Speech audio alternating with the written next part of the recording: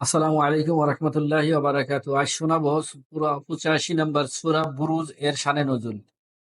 এই সূরার শুরুর দিকে আল্লাহ তাআলা আসহাবে উখদুদ বা গর্তওয়ালাদের কথা উল্লেখ করেছে। ওরা সবাই ছিল এক কাফির সম্রাটের অনুচর।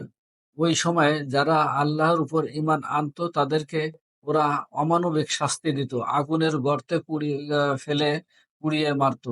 এজন্য রাস্তাঘাট আর মাঠের বিভিন্ন জায়গায় ওরা বিরাট বিরাট গর্ত বানিয়েছিল আগুন ভর্তি। সেই সব গর্তে ওই হতো মুমিন বান্দাদের ঠিকানা।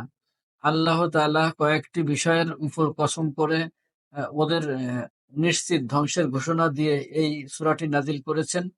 তাওহীদের বাণী নিয়ে রাসূল সাল্লাল্লাহু আলাইহি ওয়াসাল্লামের আগমন হলো, আর সাথে সাথে পাল্টে গেল মক্কার পরিস্থিতি। যারাই রাসূলের উপর ঈমান আনার ঘোষণা দিচ্ছিল তাদেরকে নানা ধরনের শাস্তি দিচ্ছিল কাফিররা।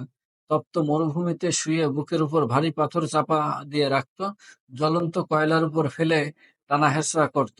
অত্যাচারের চূড়ান্ত পর্যায় সীমায় পৌঁছায় গিয়েছিল মুশরিকরা। আগের যুগের মুমিনদের উপর অত্যাচার করে গর্তওয়ালারা যেমন নিজেদের ধ্বংস ডেকে এনেছে, তেমনি আজকের মুশরিকদের জন্য ওই একই পরিণতি অপেক্ষা করছে। তাদের কোনো দলবাজির কাছে আসবে না, দলবাজি কাজে আসবে না, যেমনটা কাজে আসেনি ফিরাউন বা সামুদ জাতির বেলায়।